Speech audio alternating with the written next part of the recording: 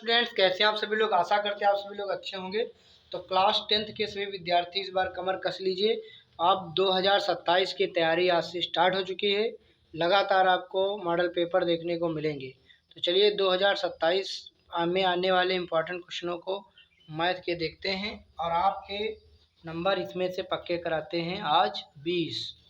तो देखिए यहाँ पर MCQ फटाफट से देख लेते हैं। देखो यहाँ पर क्या लिखा है, HCF लिखा है। कितना लिखा है यहाँ पे? 99। ठीक, 99 और 153 का मासा 9 है, तो इसी का लासा आपसे पूछा गया है। बहुत साधारण प्रश्न है। देखो यहाँ पर सूत्र एक याद करना पड़ेगा कि HCF यानी मासा गुणे लासा LCM बराबर पहली संख्या गुणे दूसरी संख्या। ठीक, इस तरीके से ये लगेगा। तो यहाँ पर आपका मासा कितना दिया है? 9, और लासा पता नहीं है, और पहली संख्या है 99 और दूसरी है 153। अब देखो 9 से काट देंगे, 11 बार कट जाएगा, 11 9 99, और लासा गुणा करने पर आ जाएगा। कितना आ जाएगा? यहाँ पर इसका गुणा करेंगे तो आ जाएगा 3 5 3 8 5 1 6 और ये 1683। ए विकल्प यहाँ पर राइट आंसर हो जाएगा। अगला क्वेश्चन देखते हैं। 1 नंबर पक्का हो गया। और इस तरह का अगर प्रश्न आता है तो आप जरूर कर पाएंगे इस सूत्र के माध्यम से। अगला क्वेश्चन देखते हैं। एक थैले में 3 लाल 2 नीली गेंदें हैं। 3 लाल हैं, 2 नीली गेंदें हैं। अचानक से एक गेंद निकाली गई, उस गेंद के नीली होने की प्रायिकता। बहुत ही आसान होते हैं इस तरह के प्रश्न। जब नीली होने की प्रायिकता पूछें, ब्लू होने की, तो नीली वाली गेंदों को ऊपर लिखिए और कुल गेंदें मैंने 3 लाल और 2, 3 2 5 थैले में कुल गेंदें नीचे लिखिए। तो 2/5 इसका राइट आंसर बी विकल्प हो जाएगा। यहाँ पर 2/5 राइट आंसर हो जाएगा। क्यों? क्योंकि ऊपर लिखा जाता है जिसे निकालना होता है और नीचे लिखा जाता है कुल घटना। अब यहाँ पर नेक्स्ट क्वेश्चन देखते हैं। यहाँ कह रहा है सारणी का माध्यक वर्ग होगा। तो यहाँ पर माध्यक वर्ग निकालेंगे। लिखेंगे, एक तरफ लिख लेंगे वर्ग अंतराल और एक तरफ लिख लेंगे बारंबारता, और एक तरफ लिखना पड़ेगा संचयी बारंबारता। यहाँ पर संचयी बारंबारता, संचयी बारंबारता। तो देखो वर्ग अंतराल कितना दिया है? 0 से 4, 4 से 8, 8 से 12, 12 से 16 और 16 से 20। साथ में यहाँ पर बारंबारता दी है 1, फिर 5, फिर 8, फिर 6, फिर 3।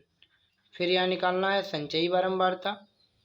1 का 1 होगा, 5 में 1 जुड़ेगा 6, 8 6 14 होगा, 14 6 20 होगा और 20 3 23 होगा। यानी यहाँ पर जब हमने ऐड किया तो टोटल कितना आया है? यहाँ पे 23 आया है। ठीक, और अब इस 23 को आधा करेंगे यानी n/2 निकालेंगे। तो 23 का आधा आएगा 2 1 कम 2, और 2 1 कम 2 बचे 1 2 पंचे 10, यानी 11.5 आएगा। तो 11.5 जो आएगा वो किस में पड़ेगा? 11.5 तो 11.5 पड़ेगा 14 वाले में, 14 वाले में पड़ेगा। इसका मतलब है कि आपसे पूछा गया है माध्यक वर्ग, तो 14 वाली लाइन होगी, ये वाली लाइन होगी। तो इसमें जो माध्यक वर्ग होगा वो 8 से 12 होगा।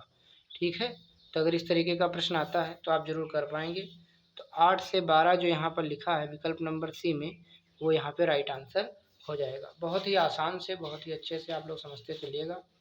कोई डाउट हो तो आप लोग कमेंट में जरूर छोड़िएगा। चलिए नेक्स्ट क्वेश्चन देखते हैं। यहाँ पर कह रहा है निम्नांकित बारंबारता बंटन से बहुलक वर्ग यहाँ पर पूछा है। तो इसको तो कहीं लिखना नहीं, बिल्कुल बिना कलम उठाए आप लोग इसका जवाब दे सकते हैं। बहुलक वर्ग का मतलब होता है जिसकी बारंबारता सबसे अधिक होगी। जिसे यहाँ पर देख लीजिए 23 सबसे अधिक बारंबारता है, तो 23 के सामने का जो वर्ग दिया है वर्ग अंतराल, वही होगा बहुलक का वर्ग, यानी मॉड का जो है यहाँ पर क्लास होगा। तो इसका मतलब 20 से 30 यहाँ पर राइट आंसर हो जाएगा, 20 से 30। नेक्स्ट क्वेश्चन देखते हैं। किसी सिक्के को एक बार उछाला गया है तो हेड आने की प्रायिकता पूछा है। जब सिक्के को एक बार उछालोगे तो या तो हेड आएगा या तो टेल आएगा, यानी 2 घटनाएं आएंगी। टोटल घटनाएं 2 आएंगी। तो कह रहा ऊपर शीर्ष यानी हेड आने की, तो हेड तो एक बार आएगा, और कुल घटनाएं कितनी है? 2। तो इसका कितना होगा आंसर? 1/2। 1/2 यहाँ पर आ जाएगा, चाहे हेड पूछे चाहे टेल पूछे, टेल भी तो एक बार आया है। नेक्स्ट क्वेश्चन देखते हैं। यहाँ पर संख्या 144 की अभाज्य गुणनखंड होगी। तो 144 को इस तरह से लिखकर काट लेना है। 2 7 14, 2 दूनी 4, 2 तिया 6, 2 छंग 12, 2 1 कम 2, 18 दूना 36, 2 9 18 और 3 तिया 9 और 3 एकम 3। तो देखो 2 कितनी बार आया है, 4 बार आया है, और 3 कितनी बार आया है, 2 बार आया है। तो 2 4 बार आया है और 3 कितनी बार आया है, 2 बार आया। तो पहला यहाँ पर राइट आंसर हो जाएगा। अब नेक्स्ट क्वेश्चन देखेंगे।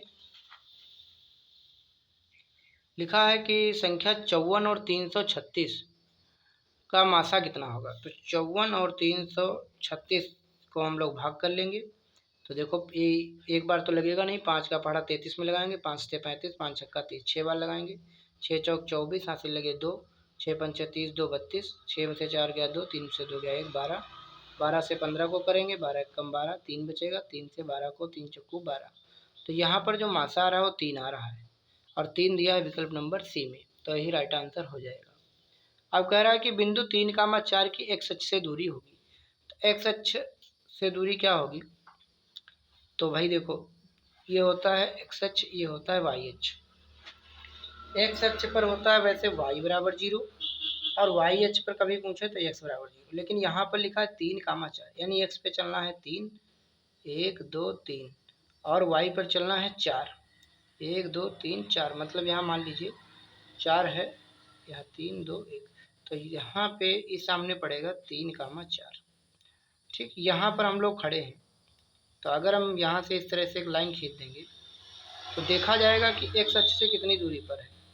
एक्स अक्ष से ऊपर कितनी दूरी पर है, तो 4 इकाई ऊपर है, तो यहाँ पर 4 इकाई राइट आंसर हो जाएगा। ऐसे भी समझ सकते हो, अगर आपको चीज़ न समझ में आए तो एक्स अक्ष जब पूछे तो वाई वाली वैल्यू लिख देना, और जब वाई अक्ष से पूछे तो एक्स की लिखना है। ठीक, क्योंकि एक्स अक्ष से दूरी क्या होती है, एक्स अक्ष पर दूरी होती है y बराबर b। ठीक, यानी y बराबर b वाला पद। ठीक, तो इस तरीके से लिख सकते हो। अगला देखते हैं, द्विघात समीकरण के मूल निकालने कैसे होंगे। तो देखो इसकी तुलना करेंगे, पहले इसको मैं कागज पे समझा देता हूँ।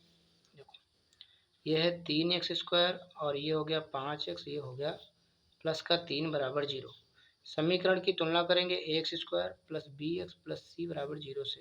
तो a बराबर आएगा 3 और b बराबर आएगा 5 और c बराबर आएगा 3। अब यहाँ पर विविध कर यानी d बराबर b² माइनस 4ac वाला फार्मूला लगाएंगे। तो b² यानी 5 का स्क्वायर माइनस 4 इंटू a का मान 3 और c का मान भी 3।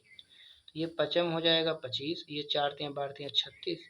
तो यहाँ पर 6 से 5 गया 3 में से 1, मतलब नेगेटिव आ गया। तो जब भी b² माइनस 4ac का मान 0 से छोटा आता है तो मूल कैसे होते हैं, वास्तविक तो होंगे नहीं, मूल होते हैं काल्पनिक। कैसे होंगे, काल्पनिक होंगे। तो यहाँ पर देखते हैं जिसमें वास्तविक, देखो इसमें लिखा वास्तविक तो ये नहीं होगा, वास्तविक इसमें लिखा ये भी नहीं होगा, ये भी वास्तविक नहीं, वास्तविक नहीं वाला होगा, मतलब वास्तविक नहीं होंगे यानी काल्पनिक होंगे, नॉट रियल। ठीक, अगला देखते हैं समीकरणों का हल होगा, यानी इसको मुझे हल करना है समीकरण को। तो देखो एक में लिखा है x माइनस वाई बराबर 2 समीकरण 1, और दूसरा दिया है x प्लस वाई बराबर 2 समीकरण 2। यानी जोड़ घटाने पे 2, जोड़ने पर भी 2। ठीक, तो x का मान 2 मान ले, y का 0, तो 2 में से, अब देखो चलो सवाल ही कर लेते हैं, इसको जोड़ेंगे कट जाएगा, ये हो जाएगा 2x, ये हो जाएगा 4, 2 कम 2, 2 दूनी 4। तो x का मान आ गया 2, और x का मान जब इसमें रखेंगे तो 2 प्लस वाई बराबर 2, तो y बराबर आ जाएगा 2 माइनस 2 यानी 0। तो भाई x बराबर 2 और y बराबर 0 आ चुका है, x बराबर 2 और y बराबर 0, विकल्प नंबर डी में यहाँ पर दिया हुआ है।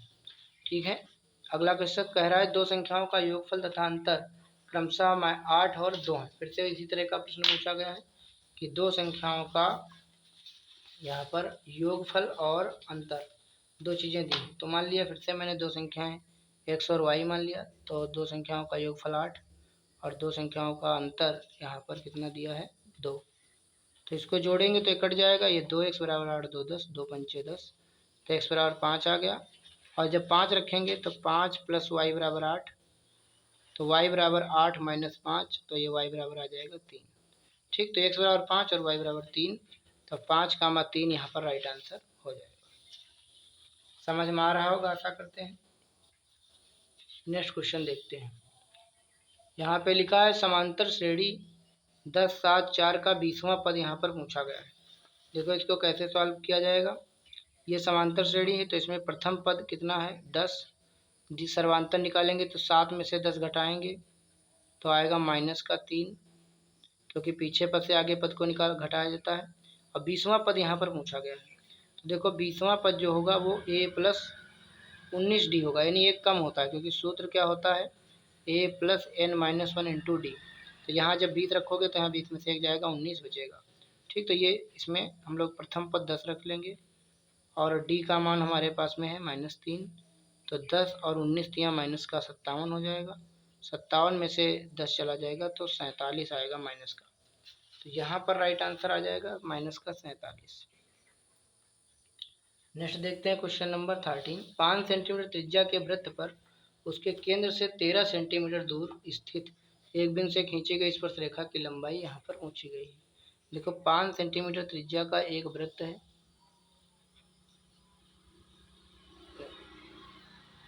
ये हो गया वृत्त। कितने 5 सेंटीमीटर त्रिज्या के वृत्त पर उसके केंद्र से 13 सेंटीमीटर दूर स्थित, ये 13 सेंटीमीटर दूर स्थित बिंदु से खींची गई स्पर्श रेखा, इस पे खींची गई एक स्पर्श रेखा और ये हो जाएगी त्रिज्या, ये हो गई 5 सेंटीमीटर। ठीक है, तो कह रहा है कि स्पर्श रेखा की लंबाई यहाँ पर पूछी गई। तो देखो ये चित्र जो है इस तरीके से नहीं बनेगा, चित्र मैं पुनः बनाऊंगा। जब भी चित्र बनाएंगे तो गलती नहीं होनी चाहिए। देखो ये हो गया हमारे पास, देखो जब भी स्पर्श रेखा खींची जाएगी सीधी खींची जाएगी, और ये हो गया इस तरीके से, ये हो गई 13 और ये हो गई, क्योंकि ये लंबवत रहती है, ये हो गई 5। तो ये जो होगी वो कितनी होगी 12, क्योंकि समकोण त्रिभुज है।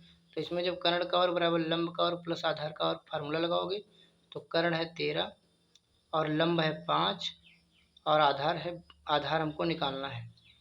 तो ये हो जाएगा 13 13 में 169, ये 5 25 प्लस आधार का वर्ग, तो 169 माइनस 25 बराबर आधार वर्ग, तो 144 आ जाएगा। और जब स्क्वायर हटाएंगे तो रूट लगाएंगे तो आधार आ जाएगा 12। ठीक है, तो आप लोग समझ गए होंगे, तो इसका राइट आंसर आने वाला है 12। अगला देखते हैं। 7 सेंटीमीटर भुजा वाले दो घनों के सिरों को मिलाकर रखा गया है। भुजा वाले दो घनों को यहाँ पर देखेंगे, दो घन जोड़े गए हैं। ठीक, और एक घन ये हो गया और एक घन इसी में और जोड़ा गया है। तो दो घनों को जोड़ा गया है और ये दोनों, इनकी भुजाएं कितनी हैं 7 7। तो इसकी लंबाई हो जाएगी 14 सेंटीमीटर, बाकी चौड़ाई 7 ही रहेगी और ऊंचाई भी 7 ही रहेगी। चौड़ाई भी 7 और ऊंचाई भी 7 रहेगी। अब देखो कह रहा संपूर्ण पृष्ठीय क्षेत्रफल यहाँ पर होगा, तो ये बन गया घनाभ। तो घनाभ का संपूर्ण पृष्ठीय क्षेत्रफल जो होता है वो क्या होता है 2 गुणे LB plus BH plus HL, ये फार्मूला होता है। तो यहाँ पे L का मान कितना है 14 गुणे 7 प्लस 7 गुणे 7 प्लस 7 गुणे 14। तो ये हो जाएगा कितना 14 सती 98, 7 सती 49, 14 सती 98। ये सब ऐड कर लेंगे, दो गुणे कर देंगे। देखो 8 8 16, 8 3 24, 1 25, हाँ से लगे 2, 9 1 10, 9 1 10 माने 20, 4 24 और 245 का डबल करेंगे तो 490 यहाँ पर आ जाएगा वर्ग सेंटीमीटर। 490 पहले विकल्प में दिया है तो यही सही हो जाएगा। अगला क्वेश्चन देखेंगे यहाँ पे। त्रिज्या 21 सेंटीमीटर वाले वृत्त का एक चाप केंद्र पर 30 अंश का कोण अंतरित करता है। बहुत ही अच्छा सवाल आ गया और बहुत ही आसान शब्दों में लग जाएगा। जो कह रहा है 21 सेंटीमीटर त्रिज्या वाले वृत्त का एक चाप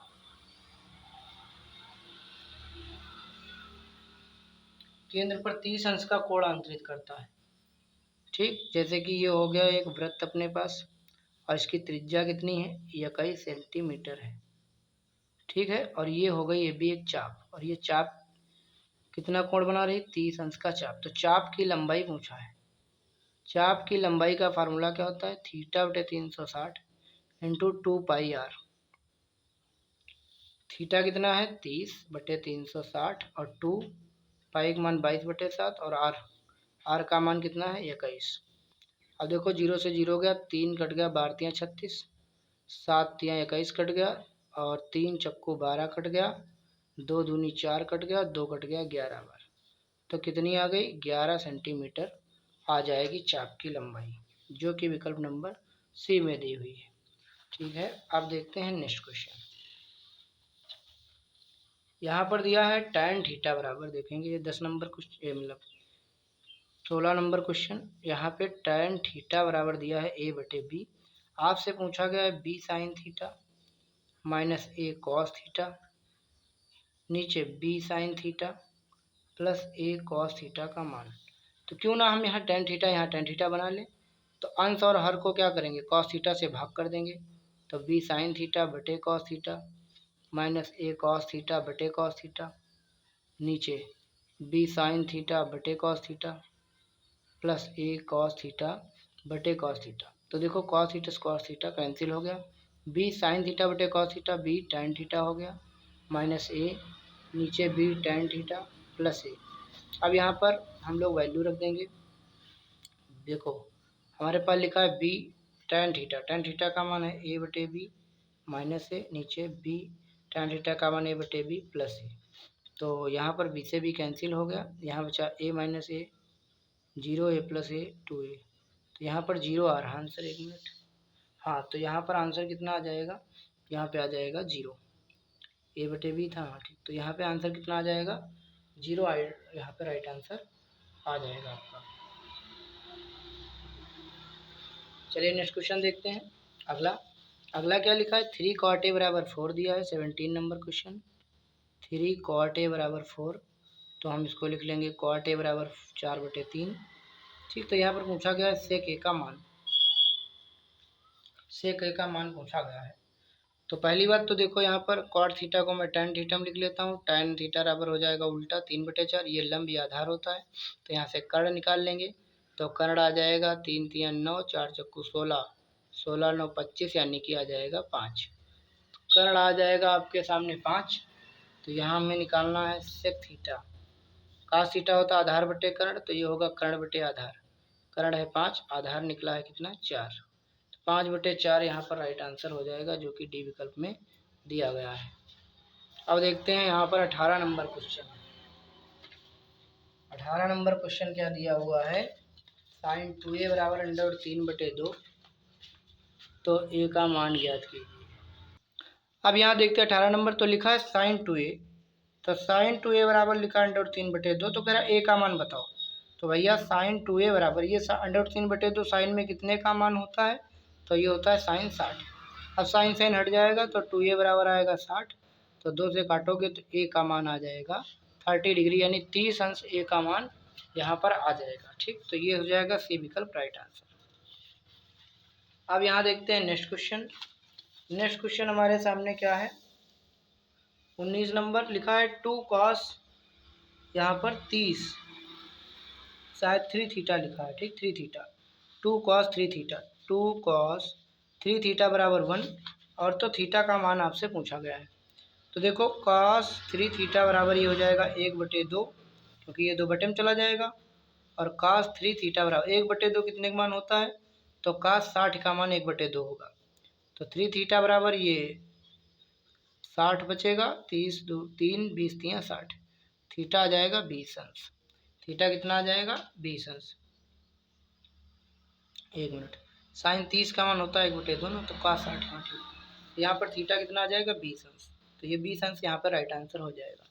अगला यहाँ कह रहा है दिए गए चित्र ABC के आधार पर BC के समांतर एक रेखाखंड PQ खींचा गया, यदि PQ अनुपात BC 1/3 हो, यानी ये PQ 1 है और BC 3 है। ठीक है, तो AP और BP का अनुपात बताओ। AP और BP इसका अनुपात हमको बताना है। तो देखो ये नियम होता है, जैसे ये 1 है तो ये इसका 3 गुना है बड़ी वाली। ठीक, ये छोटी है तो ये भी हो जाएगी 1, तो ये बड़ी वाली हो जाएगी 3। तो फिर 3 में से 1 गया तो ये कितना बचेगा 2। तो आपसे पूछा क्या गया है AP अनुपात BP, तो AP हो जाएगा 1 और BP हो जाएगा 2। 1:2 इसका राइट आंसर आएगा। नेक्स्ट क्वेश्चन यहाँ पे यही था, जो 20 नंबर आपका हो चुका है।